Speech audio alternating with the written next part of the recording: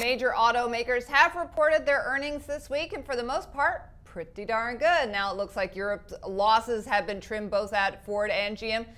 But which one is the better stock to buy? I'm going to talk with Jim Cramer about that. Jim, which one do you like better? Because when you look at the earnings results, it's kind of hard to tell who's better than the other. Right. I mean, GM surprised me in terms of how far along it is with their European restructuring. They do have a lot of cars that people like.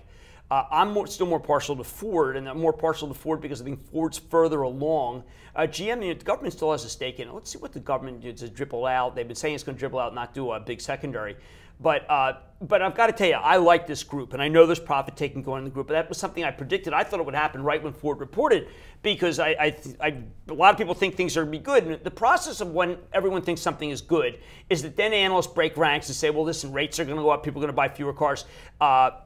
Phil LeBeau's done some remarkable work at CNBC on this, and what you have to look at is if we do 16.5 million cars, then everybody's making a lot more money per car. These are going to be value plays from now on, where they're going to continue to raise the dividend, put a dividend, constantly buy back stock, and become the big income producers for the next 5 years. And they're back, and I think it's really important to know that. I think that's a key thing, saying they're back, because, you know, for years, as we know, it was a product issue, and nobody wanted a Ford car. Everybody wanted a Honda, they wanted a Nissan, they wanted a Toyota.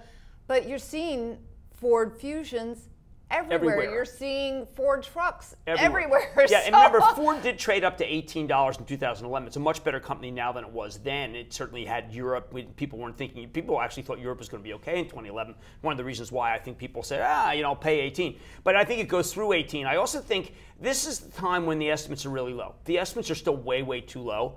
And in 2011, they got way too high. So I like the reduced expectations, and I like the fact there'll be a dividend boost. I like the fact that the cash is building. It's all good in Ford. All right, all good in Ford. That's Jim Cramer, and I'm Deborah Borchardt with The Street.